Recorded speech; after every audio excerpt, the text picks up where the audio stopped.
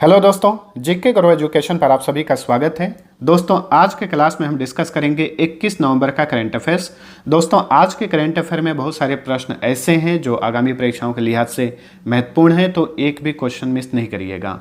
और रिवीजन करने के लिए इसका पीडीएफ भी डाउनलोड कर सकते हैं। पीडीएफ का लिंक नीचे डिस्क्रिप्शन में मिल जाएगा। और रोज रात में सबसे तेज, सबसे पहले और कम से कम समय में ज़्यादा से ज़्यादा करंट अफेयर पढ़ने के लिए चैनल को सब्सक्राइब कर लीजिए। बेल बटन ऑन रखिएगा ताकि वीडियो आते ही नोटिफिकेशन आप सभी को सबसे पहले मिल जाए। और देखिए दोस्तों, जीके जीएस का जो क्लास हमारा शाम को 5 बजे चल रहा था, ये अभी स्टॉप है, ठीक तरीके से स्टार्ट नहीं हो पाया है। 6 से 7 दिन का हमको समय दे दीजिए। ये क्लास एक बार स्टार्ट होगा तो कंटिन्यूअसली चलता रहेगा। इसमें हम लोग जो जीके जीएस के इंपॉर्टेंट पॉइंट्स हैं उसको कवर करेंगे, ठीक है। और दोस्तों, वीडियो पसंद आता है तो लाइक और शेयर करना मत भूलना। तो अब चलिए स्टार्ट करते हैं आज का सेशन। पहला क्वेश्चन है, हाल ही में किस आईएएस अधिकारी को नया चुनाव आयुक्त यानी इलेक्शन कमिश्नर के रूप में नियुक्त किया गया है? तो देखिए दोस्तों, भारत का जो इलेक्शन कमीशन ऑफ इंडिया है, इसमें एक होता है चीफ इलेक्शन कमिश्नर और 2 होते हैं इलेक्शन कमिश्नर। एक इलेक्शन कमिश्नर का पद अगस्त 2020 से ही खाली था। इसी पद के लिए नियुक्त हुए हैं आईएएस अधिकारी अरुण गोयल। तो ऑप्शन ए राइट आंसर है। और ये बताइए दोस्तों कि भारत का जो चुनाव आयुक्त होता है या मुख्य निर्वाचन आयुक्त होता है, इसकी नियुक्ति किसके द्वारा की जाती है? भारत के राष्ट्रपति द्वारा। बहुत ही ज़्यादा इंपॉर्टेंट पॉइंट्स है, ध्यान रखिए। चीफ इलेक्शन कमिश्नर या इलेक्शन कमिश्नर, इनकी नियुक्ति जो की जाती है भारत के प्रेसिडेंट द्वारा की जाती है। भारतीय निर्वाचन आयोग जो है, यहाँ से बहुत सारे इंपॉर्टेंट पॉइंट्स ऐसे हैं जो बार बार परीक्षाओं में रिपीट होते रहते हैं। सबको लिख दिया हूँ, सभी को ध्यान रखिएगा। भारतीय निर्वाचन आयोग यानी इलेक्शन कमीशन ऑफ इंडिया, इसका गठन हुआ था 25 जनवरी 1950 को। और इसी वजह से हर साल 25 जनवरी को भारत में राष्ट्रीय मतदाता दिवस मनाया जाता है। इलेक्शन कमीशन ऑफ इंडिया का मुख्यालय नई दिल्ली में है। वर्तमान में भारत के चीफ इलेक्शन कमिश्नर हैं राजीव कुमार, और 2 चुनाव आयुक्त हैं यानी इलेक्शन कमिश्नर हैं अनूप चंद्र पांडे, और एक नए बन गए हैं अरुण गोयल। ये बताइए, भारतीय संविधान में चुनाव आयोग का वर्णन किस अनुच्छेद में किया गया है, किस आर्टिकल में किया गया है? आर्टिकल 324 से लेकर 329 के बीच में, ठीक है। जो चुनाव आयुक्त होता है या मुख्य चुनाव आयुक्त होता है, इनका कार्यकाल 6 साल या आयु 65 साल, जो भी पहले हो, ठीक है। भारत के प्रथम मुख्य निर्वाचन आयुक्त कौन थे? सुकुमार सेन थे। एक और पॉइंट्स याद रखिएगा, जो चुनाव आयुक्त या मुख्य चुनाव आयुक्त होता है, इसका पद किसके पद के बराबर होता है? तो सुप्रीम कोर्ट के जो जज होते हैं, सुप्रीम कोर्ट के जो न्यायाधीश होते हैं, उन्हीं के पद के बराबर इनका भी पद माना जाता है। वेतन भी समान ही मिलता है। किस राज्य के वन विभाग ने देश का पहला एलिफेंट डेथ ऑडिट फ्रेमवर्क पेश किया है? तो देखिए दोस्तों, यह है तमिलनाडु। तमिलनाडु सरकार ने हाल ही में भारत का पहला elephant death audit framework launch किया है। किस लिए? हाथियों की जो मौत हो जाती है असमय, यानी किसी हाथी को बीमारी नहीं है फिर भी उसकी मौत हो जाती है, या फिर किसी हाथी को कोई ऐसी बीमारी हो जाती है जिसके कारण उसकी जल्दी से जल्दी मृत्यु हो जाती है, तो इसी के कारण का पता लगाने के लिए, ताकि हाथियों का संरक्षण अच्छे से किया जा सके, इसी वजह से तमिलनाडु सरकार ने हाल ही में भारत में पहली बार elephant death audit framework launch किया है। तमिलनाडु की राजधानी है चेन्नई। यहाँ के मुख्यमंत्री हैं MK स्टालिन और गवर्नर हैं RN रवि। 18 नवंबर 2022 को प्रधानमंत्री नरेंद्र मोदी ने तीसरे no money for terror global meet का उद्घाटन कहाँ पर किया? तो देखिए दोस्तों, हाल ही में 18 से 19 नवंबर को no money for terror global meet का आयोजन किया गया नई दिल्ली में। ऑप्शन सी राइट आंसर है, ठीक है। इसमें 78 देशों ने हिस्सा लिया था। इस बार का ये तीसरा संस्करण था। पहला संस्करण 2018 में पेरिस में, दूसरा संस्करण 2019 में मेलबर्न में, और तीसरा संस्करण जो है 3 साल बाद आयोजित किया जा रहा है 2022 में। इसका आयोजन किया गया भारत में और इसकी मेजबानी नई दिल्ली शहर ने की। प्रधानमंत्री नरेंद्र मोदी ने हाल ही में कहाँ पर काशी तमिल संगमम का उद्घाटन किया? तो देखिए दोस्तों, हाल ही में काशी तमिल संगमम का आयोजन शुरू हुआ है वाराणसी में। अगले 1 महीने तक इसका आयोजन किया जाएगा। और काशी तमिल संगमम का मेजबान कौन है? आईआईटी मद्रास और बनारस हिंदू यूनिवर्सिटी। किस राज्य के मुख्यमंत्री ने अमर सरकार पोर्टल लॉन्च किया है? तो देखिए दोस्तों, अमर सरकार पोर्टल लॉन्च किया गया है त्रिपुरा में। त्रिपुरा के मुख्यमंत्री ने इस पोर्टल को लॉन्च किया है। केंद्र और राज्य की जो योजनाएं हैं, उन योजनाओं को घर घर तक पहुंचाने के लिए इस पोर्टल को लॉन्च किया गया है। त्रिपुरा की राजधानी है अगरतला। वर्तमान में यहाँ के चीफ मिनिस्टर हैं डॉक्टर माणिक साहा और राज्यपाल हैं सत्यदेव नारायण आर्य। कार्लोस अल्काराज सबसे कम उम्र में विश्व के नंबर 1 टेनिस खिलाड़ी बनने वाले इतिहास के पहले व्यक्ति बन गए हैं। उनका संबंध किस देश से है? तो देखिए दोस्तों, कार्लोस अल्काराज जो हैं, इनकी उम्र मात्र 19 साल है और टेनिस रैंकिंग में नंबर 1 पैदान पे पहुंचने वाले ये विश्व के सबसे कम उम्र के खिलाड़ी बन गए हैं। स्पेन के रहने वाले हैं कार्लोस अल्काराज। ठीक है, इन्होंने किसका रिकॉर्ड तोड़ा है? लेटन हेविट का रिकॉर्ड इन्होंने तोड़ा है। लेटन हेविट जो कि ऑस्ट्रेलियाई टेनिस खिलाड़ी थे, 2001 में ये दुनिया के नंबर 1, 20 साल की उम्र में दुनिया के नंबर 1 टेनिस खिलाड़ी बने थे। इन्हीं का रिकॉर्ड तोड़ दिए हैं कार्लोस अल्काराज।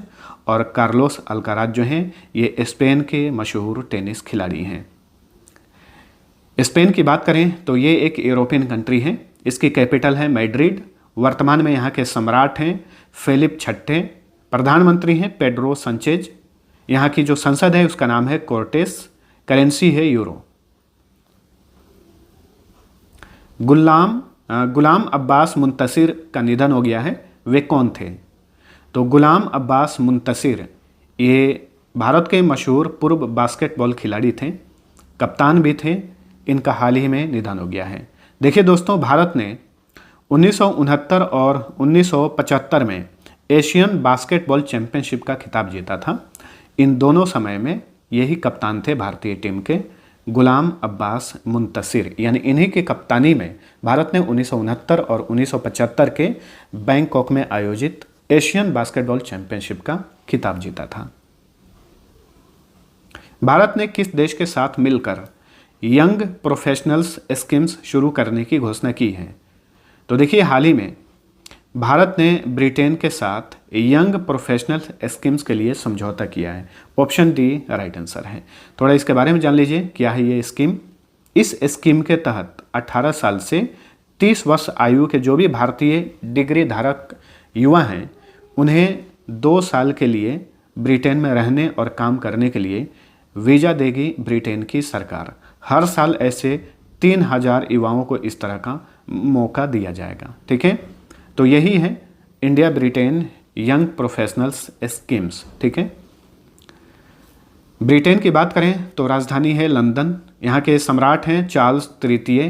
प्रधानमंत्री हैं ऋषि सुनक, जो कि पहले भारतवंशी बन गए हैं जिन्हें ब्रिटेन का प्राइम मिनिस्टर बनाया गया है। ब्रिटेन की जो करेंसी है उसका नाम है पाउंड स्टर्लिंग। पाउंड मुद्रा और भी देशों में चलती है, जैसे कि Lebanon, Sudan, south Sudan, Syria और मिस्र। मिस्र को इंग्लिश में इजिप्ट बोलते हैं। प्रधानमंत्री नरेंद्र मोदी ने कहां पर देश के पहले ग्रीनफील्ड हवाई अड्डे डोनी पोलो एयरपोर्ट का उद्घाटन किया है? तो देखिए, देश का पहला ग्रीनफील्ड हवाई अड्डा कौन सा है? ये है डोनी पोलो एयरपोर्ट। ध्यान में रखिएगा, जो कि ईटानगर में है। ईटानगर कहाँ पर है? ये अरुणाचल प्रदेश की कैपिटल है। यहीं पर भारत के पहले ग्रीनफील्ड हवाई अड्डे का उद्घाटन किए हैं प्रधानमंत्री नरेंद्र मोदी। गैंगटक सिक्किम के कैपिटल है। दिसपुर असम की कैपिटल है। कोहिमा नागालैंड की कैपिटल है। और ईटानगर ये अरुणाचल प्रदेश की कैपिटल है। 18 से 21 नवंबर के बीच लेखाकारों की 21वीं विश्व कांग्रेस यानी वर्ल्ड कांग्रेस ऑफ अकाउंटेंट्स कहां पर आयोजित की गई? तो देखिए दोस्तों, भारत में पहली बार वर्ल्ड कांग्रेस ऑफ अकाउंटेंट्स का आयोजन किया गया। कहां पर किया गया? इसका आयोजन किया गया मुंबई में। ठीक है, देखिए दोस्तों, वर्ल्ड कांग्रेस ऑफ अकाउंटेंट्स की शुरुआत की गई थी 1904 में और पहली बार भारत ने इसकी मेजबानी की है। ठीक है, भारत का इंस्टीट्यूट है institute of chartered accountants of India. इसी इंस्टीट्यूट की मेजबानी में मुंबई में वर्ल्ड कांग्रेस ऑफ अकाउंटेंट्स का ये कौन सा संस्करण था? 21वां संस्करण था, इसका आयोजन किया गया। हर 4 साल में एक बार इस कांग्रेस का आयोजन किया जाता है। 18 से 20 नवंबर को आसियान इंडिया म्यूजिक फेस्टिवल का दूसरा संस्करण कहाँ पर आयोजित किया गया? तो आसियान मीडिया म्यूजिक फेस्टिवल का आयोजन किया गया नई दिल्ली में। ठीक है, इस फेस्टिवल का ये दूसरा संस्करण था। तो option C right answer. ASEAN की बात करें तो देखिए दोस्तों, ये साउथ ईस्ट एशियाई कंट्रियों का एक संगठन है। फुल फॉर्म होता है association of south east Asian Nations. गठन हुआ था 8 अगस्त 1967 को। मुख्यालय इंडोनेशिया की कैपिटल जकार्ता में है। वर्तमान में आसियान के महासचिव हैं लीम जो खोई। सदस्य देशों की संख्या 10 है। यहाँ पे देखिए दोस्तों, हाल ही में आसियान ने 11वें सदस्य के रूप में घोषित किया है एक कंट्री को, पूर्वी तिमोर को। अभी आधिकारिक रूप से अभी ठप्पा नहीं लग गया है, इसलिए सदस्य देश 10 हैं। एक और सदस्य देश का चुनाव कर लिया गया है। वो कौन सा कंट्री है? पूर्वी तिमोर है। आसियान से रिलेटेड हाल ही में भारत आसियान शिखर सम्मेलन का 19वां संस्करण नोम पेन में किया गया था। ध्यान रखिएगा, नोम पेन जो है ये कंबोडिया की कैपिटल है और नोम पेन में ही 17वां पूर्वी एशिया शिखर सम्मेलन का भी आयोजन किया गया था। निम्न में से किसे गांधी मंडेला पुरस्कार दिया गया है? तो देखिए दोस्तों, हाल ही में गांधी मंडेला पुरस्कार 2022 से सम्मानित किया गया है दलाई लामा को। ये बौद्धों के 14वें दलाई लामा हैं। इन्हें 2022 का गांधी मंडेला पुरस्कार दिया गया है। ठीक है, दलाई लामा एक उपाधि है, ध्यान रखिएगा। ये 14वें दलाई लामा हैं जिन्हें हम देखते हैं। इनका असली नाम क्या है? इनका असली नाम है तेंजिन ग्यात्सो। ठीक है, तेंजिन ग्यात्सो इनका असली नाम है और ये बौद्धों के 14वें दलाई लामा हैं। इन्हें हाल ही में हिमाचल प्रदेश के गवर्नर हैं राजेंद्र आर्लेकर, उन्होंने ही गांधी मंडेला पुरस्कार प्रदान किया है अपने हाथों। ये पुरस्कार जो है गांधी मंडेला फाउंडेशन द्वारा दिया जाता है। इस पुरस्कार की शुरुआत की गई थी 2019 में। देखिए दोस्तों, दलाई लामा को मतलब तेंजिन ग्यात्सो को 1989 में शांति के क्षेत्र में नोबेल प्राइज भी दिया गया था। ये तिब्बती बौद्ध गुरु हैं जो कि हिमाचल प्रदेश के धर्मशाला में रहते हैं। 19 नवंबर 2022 को महिला उद्यमिता दिवस यानी वुमेन एंटरप्रेन्योरशिप डे मनाया गया। इस दिवस को पहली बार कब मनाया गया था? तो महिला उद्यमिता दिवस इसे पहली बार मनाया गया था 2014 में। ठीक है, महिलाओं को उद्यमिता के क्षेत्र में प्रोत्साहित करने के लिए हर साल 19 नवंबर को महिला उद्यमिता दिवस मनाया जाता है। अब ये बताइए, हर साल अंतर्राष्ट्रीय महिला दिवस कब मनाया जाता है? 8 मार्च को। हाल ही में पीएम मोदी ने 600 मेगावाट की कामेंग हाइड्रो पावर स्टेशन का उद्घाटन किस राज्य में किया है? तो देखिए दोस्तों, कामेंग हाइड्रो पावर स्टेशन जिसे 8450 करोड़ से अधिक रुपए की लागत से बनाया गया है और हाल ही में इसका उद्घाटन किया गया अरुणाचल प्रदेश में। Option B right answer. ठीक है, अरुणाचल प्रदेश के पश्चिमी कामेंग जिला में इसे स्थापित किया गया है और इसका नाम है कामेंग हाइड्रो पावर स्टेशन, जो कि 600 मेगावाट का है। चलिए अगला क्वेश्चन है, 18 नवंबर 2022 को निम्न में से किस दिग्गज बॉलीवुड अभिनेत्री का 78 साल की उम्र में निधन हो गया? तो इनका नाम है तबस्सुम गोविल। हाल ही में इनका 78 साल की उम्र में निधन हो गया है। बॉलीवुड की काफ़ी मशहूर अभिनेत्री थी, याद रखिएगा। बाल कलाकार के रूप में इनकी पहली फिल्म थी दीदार, जो कि 1951 में आई थी। ठीक है, इनका एक टीवी शो काफ़ी मशहूर हुआ था, उसे भी याद रखिएगा, फूल खिले हैं गुलशन गुलशन। 20 नवंबर 2022 को किस विषय के साथ विश्व बाल दिवस मनाया गया? World children's day. तो ये हर साल 20 नवंबर को मनाया जाता है। 2022 का थीम है inclusion for every child. Option D right answer. एक बात यहाँ पे ध्यान में रखिएगा, भारत में हर साल राष्ट्रीय बाल दिवस मनाया जाता है 14 नवंबर को। वहीं विश्व स्तर पर हर साल विश्व बाल दिवस मनाया जाता है 20 नवंबर को। विश्व बाल दिवस पहली बार मनाया गया था 1954 को। ठीक है, चलिए अगला क्वेश्चन है, 53वें भारतीय अंतर्राष्ट्रीय फिल्म फेस्टिवल यानी इफ्फी 2022 की ओपनिंग फिल्म कौन रही? तो देखिए 53वां इफ्फी का आयोजन शुरू हो गया है 20 नवंबर से 28 नवंबर तक इसका आयोजन किया जाएगा, ठीक है। और इस फिल्म फेस्टिवल की ओपनिंग फिल्म थी अल्मा एंड ऑस्कर, ठीक है। अल्मा एंड ऑस्कर जो फिल्म है ये एक ऑस्ट्रियन फिल्म है, ठीक है। ऑस्ट्रिया की फिल्म है अल्मा एंड ऑस्कर, जो कि 53वें इफ्फी की ओपनिंग फिल्म रही। 53वां इफ्फी का आयोजन कहाँ पर किया जा रहा है? गोवा में किया जा रहा है। गोवा की कैपिटल पणजी में। पणजी में एक स्टेडियम है doctor Shyama Prasad Mukherjee indoor stadium, उसी स्टेडियम में इसका आयोजन किया जा रहा है। 53वें भारतीय अंतर्राष्ट्रीय फिल्म फेस्टिवल 2022 का फोकस देश कौन है, यानी फोकस कंट्री कौन है? तो देखिए इस बार का फोकस कंट्री है France, option B right answer. France की बात करें तो कैपिटल है पेरिस, पेरिस में ही यूनेस्को का मुख्यालय है।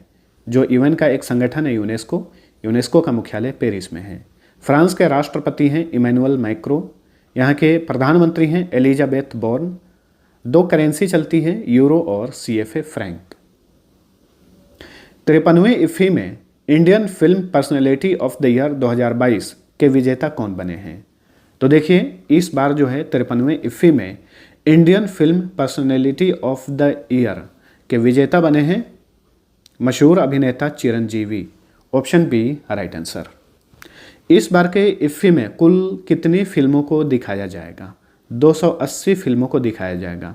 79 देशों के कुल 280 फिल्मों को दिखाया जाएगा इस बार के 53वें इफ्फी में, याद रखिएगा, ठीक है। अच्छा, इसी फेस्टिवल के दौरान सत्यजीत रे लाइफ टाइम अचीवमेंट अवार्ड दिया जाता है, और इस बार के सत्यजीत रे लाइफ टाइम अचीवमेंट अवार्ड के विजेता कौन बने हैं? मैंने आप सभी को बताया था, उनका नाम है कार्लोस सौरा, जो कि स्पेनिश फिल्म डायरेक्टर हैं। उत्तराखंड हाई कोर्ट को नैनीताल से कहां पर स्थानांतरित किया जाएगा? तो देखिए दोस्तों, उत्तराखंड जो हाई कोर्ट है इसका जो परिसर है इसे स्थानांतरित किया जाएगा हल्द्वानी में। वैसे हल्द्वानी जो शहर है ये नैनीताल डिस्ट्रिक्ट में स्थित है, और नैनीताल डिस्ट्रिक्ट में जो स्थित है नैनीताल शहर, तो नैनीताल से इस हाई कोर्ट को ट्रांसफ़र किया गया है हल्द्वानी में, यानी अब इसका परिसर जो है हल्द्वानी में स्थानांतरित किया जाएगा। उत्तराखंड की बात करें तो राजधानी, 2 राजधानियां हैं इसकी, देहरादून शीतकालीन राजधानी है और गैरसैंण जो है ये ग्रीष्मकालीन राजधानी है। उत्तराखंड के मुख्यमंत्री हैं पुष्कर सिंह धामी और यहाँ के राज्यपाल हैं गुरमीत सिंह। तो दोस्तों ये था हमारा आज का करंट अफेयर। वीडियो पसंद आया है तो लाइक और शेयर जरूर करना।